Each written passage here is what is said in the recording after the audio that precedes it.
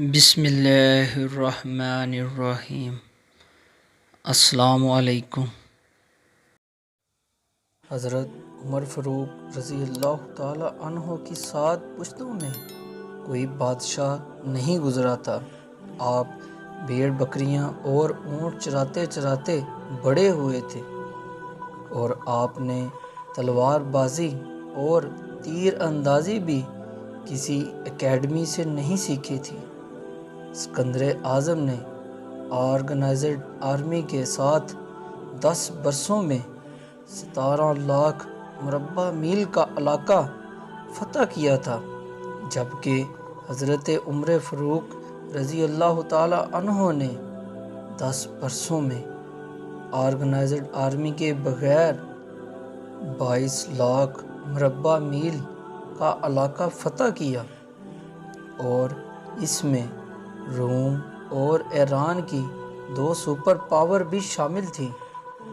آج کے satellite missile اور آبدوز کے دور میں بھی دنیا کے کسی حکمران کے پاس اتنی بڑی سلطنت نہیں کی جو حضرت عمر فاروق رضی اللہ تعالی عنہ نے صرف گھوڑوں کی پیٹھ پر فتح کرائی تھی، بلکہ اس کا انتظام و انصرام بھی چلایا تھا۔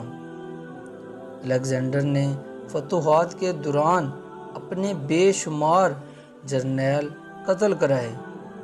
بے شمار جرنیلوں اور جوانوں نے اس کا ساتھ چھوڑا، اس کے خلاف بغاوتیں بھی ہوئیں، اور ہندوستان میں اس کی فوج نے آگے بڑھنے سے انکار بھی کر دیا، لیکن حضرت عمر فاروق رضی اللہ تعالی عنہ کے کسی ساتھی کو ان کے حکم سے سرتابی کی جرأت نہ ہوئی۔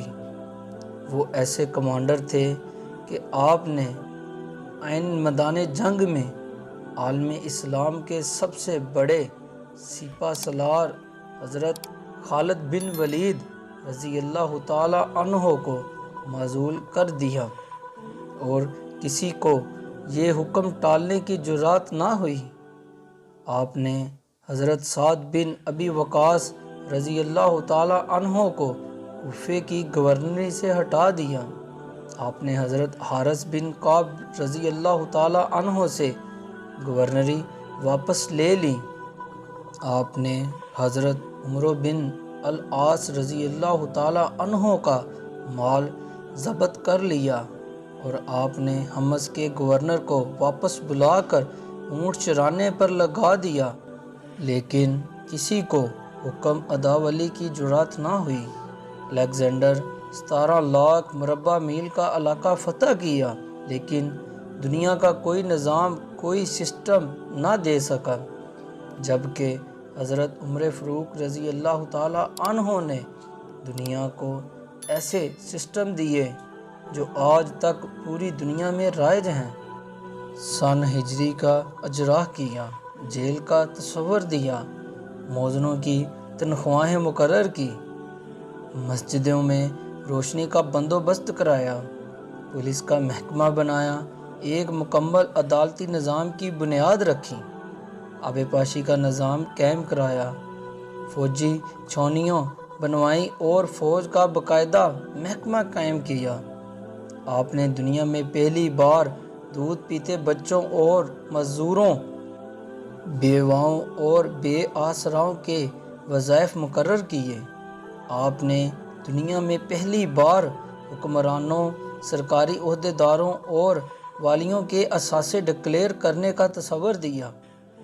آپ نے بے انصافی کرنے والے ججوں کو سزا دینے کا سلسلہ بھی شروع کیا۔ آپ نے دنیا میں پہلی بار حکمران کلاس کی اکاؤنٹیبلٹی شروع کی۔ آپ راتوں کو تجارتی قافلوں کی چوکیداری کرتے تھے۔ آپ فرمایا کرتے تھے، جو حکمران عدل کرتے ہیں وہ راتوں کو بے خوف سوتے ہیں۔ آپ کا فرمان تھا، قوم کا سردار قوم کا سچا خادم ہوتا ہے۔ آپ کی مہر پر لکھا تھا، عمر نصیحت کے لیے موت ہی کافی ہے۔ آپ کے دسترخوان پر کبھی 2 سالن نہیں رکھے گئے۔ آپ زمین پر سر کے نیچے اینٹ رکھ کر سو جاتے تھے۔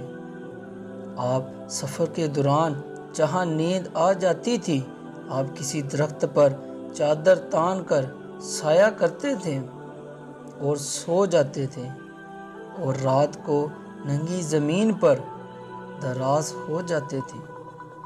آپ کے کرتے پر 14 پیوند تھے، اور ان پیوندوں میں ایک سرخ چمڑے کا پیوند بھی تھا۔ آپ موٹا کھردرا کپڑا پہنتے تھے۔ آپ کو نرم اور باریک کپڑے سے نفرت تھی۔ آپ کسی کو جب سرکاری عہدے پر فائز کرتے تھے تو اس کے اثاثوں کا تخمینہ لگوا کر اپنے پاس رکھ لیتے تھے، اور اگر سرکاری عہدے کے دوران اس کے اثاثوں میں اضافہ ہو جاتا تو آپ اس کی اکاؤنٹیبلٹی کرتے تھے۔ آپ جب کسی کو گورنر بناتے تو اسے نصیحت فرماتے تھے، کبھی ترکی گھوڑے پر نہ بیٹھنا، باریک کپڑے نہ پہننا، چھنا ہوا آٹا نہ کھانا، دربان نہ رکھنا، اور کسی فریادی پر دروازہ بند نہ کرنا۔ آپ فرماتے تھے، ظالم کو معاف کر دینا مظلوموں پر ظلم ہے۔ آپ کا یہ فقرہ آج انسانی حقوق کے چارٹر کی حیثیت رکھتا ہے۔ مائیں بچوں کو آزاد پیدا کرتی ہیں، تم نے انہیں کب سے غلام بنا لیا؟ فرمایا، میں اکثر سوچتا ہوں اور حیران ہوتا ہوں، عمر بدل کیسے گیا؟ آپ اسلامی دنیا کے پہلے خلیفہ تھے جنہیں امیر المومنین کا خطاب دیا گیا۔ دنیا کے تمام مذاہب کی کوئی نہ کوئی خصوصیات ہے۔ اسلام کی سب سے بڑی خصوصیت عدل ہے، اور حضرت عمر فاروق رضی اللہ تعالی عنہ وہ شخصیت ہیں جو اس خصوصیت پر پورا اترتے ہیں۔ آپ کے عدل کی وجہ سے عدل دنیا میں عدل فاروقی ہو گیا۔ آپ شہادت کے وقت مقروض تھے، چنانچہ آپ کی وصیت کے مطابق آپ کا واحد مکان بیچ کر آپ کا قرض ادا کر دیا گیا، اور آپ دنیا کے واحد حکمران تھے جو فرمایا کرتے تھے، میرے دور میں اگر فرات کے کنارے کوئی کتا بھی بھوک سے مر گیا تو اس کی سزا حضرت عمر فاروق رضی اللہ تعالی عنہ کو بھگتنی ہوگی۔ آپ کے عدل کی یہ حالت تھی۔ آپ کا انتقال ہوا تو آپ کی سلطنت کے دور دراز علاقے کا ایک چرواہا بھاگتا ہوا آیا اور چیخ کر بولا، لوگو، حضرت عمر فاروق رضی اللہ تعالی عنہ کا انتقال ہو گیا۔ لوگوں نے حیرت سے پوچھا، تم مدینے سے ہزاروں میل دور جنگل میں ہو، تمہیں اس سانحے کی اطلاع کسی نے دی؟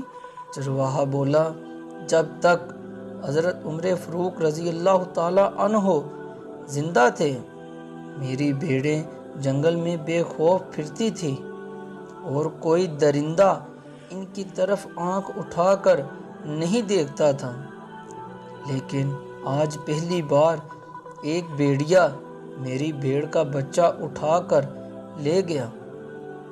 میں نے بھیڑیے کی جرات سے جان لیا کہ آج دنیا میں حضرت عمر فاروق رضی اللہ تعالی عنہ موجود نہیں ہیں۔ میں دنیا بھر کے مورخین کو دعوت دیتا ہوں، وہ الیگزینڈر کو حضرت عمر فاروق رضی اللہ تعالی عنہ کے سامنے رکھ کر دیکھیں۔ انہیں الیگزینڈر حضرت عمر فاروق کے حضور پہاڑ کے سامنے کنکر دکھائی دے گا، کیونکہ الیگزینڈر کی بنائی سلطنت اس کی وفات کے 5 سال بعد ختم ہو گئی، جبکہ حضرت عمر فاروق رضی اللہ تعالی عنہ نے اپنے دور میں جس خطے میں اسلام کا جھنڈا بجھوایا، وہاں سے آج بھی اللہ اکبر کی صدائیں آتی ہیں۔ وہاں آج بھی لوگ اللہ کے سامنے سجدہ کرتے ہیں۔ دنیا میں الیگزینڈر کا نام صرف کتابوں میں سمٹ کر رہ گیا ہے، جبکہ حضرت عمر فاروق رضی اللہ تعالی عنہ کے بنائے نظام دنیا کے 245 ممالک میں آج بھی کسی نہ کسی شکل میں موجود ہیں۔ آج بھی جب کسی ڈاک خانے سے کوئی خط نکلتا ہے، پولیس کا کوئی سپاہی وردی پہنتا ہے، کوئی فوجی جوان 6 ماہ بعد چھٹی پر جاتا ہے، یا پھر حکومت کسی بچے معذور، بیوہ یا بے آسرا شخص کو وظیفہ دیتی ہے، تو وہ معاشرہ، وہ سوسائٹی بے اختیار حضرت عمر فاروق رضی اللہ تعالی عنہ کو عظیم تسلیم کرتی ہے۔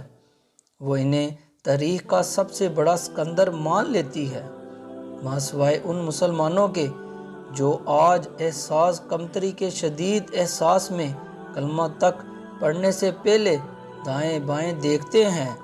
لاہور کے مسلمانوں نے ایک بار انگریز سرکار کو دھمکی دی تھی، اگر ہم گھروں سے نکل پڑے تو تمہیں چنگیز خان یاد آ جائے گا۔ اس پر جواہر لال نہرو نے مسکرا کر کہا تھا، افسوس آج چنگیز خان کی دھمکی دینے والے مسلمان یہ بھول گئے کہ ان کی تاریخ میں ایک حضرت عمر فاروق رضی اللہ تعالی عنہ بھی تھا، جن کے بارے میں مشترکین اعتراف کرتے ہیں کہ اسلام میں اگر ایک عمر اور ہوتا تو آج دنیا میں صرف اسلام ہی دین ہوتا۔ ہم آج بھی یہ بھولے ہوئے ہیں کہ ہم میں ایک حضرت عمر فاروق رضی اللہ تعالی عنہ بھی تھے، جن کے بارے میں رسول اللہ صلی اللہ علیہ وآلہ وسلم نے فرمایا تھا، میرے بعد اگر کوئی نبی ہوتا تو وہ حضرت عمر بن خطاب ہوتے۔ جی تو دوستو، یہ تھی میری آج کی کہانی۔ اگر آپ کو میری آج کی کہانی پسند آئی ہو تو پلیز ویڈیو کو لائک کیجیے گا، اور چھوٹی سی گزارش ہے کہ ابھی تک آپ نے میرے چینل کو سبسکرائب نہیں کیا تو چینل کو ضرور سبسکرائب کریں۔ دعاؤں میں یاد رکھیے گا۔ دیجیے گا اجازت۔ اللہ حافظ۔ اللہ نگہبان۔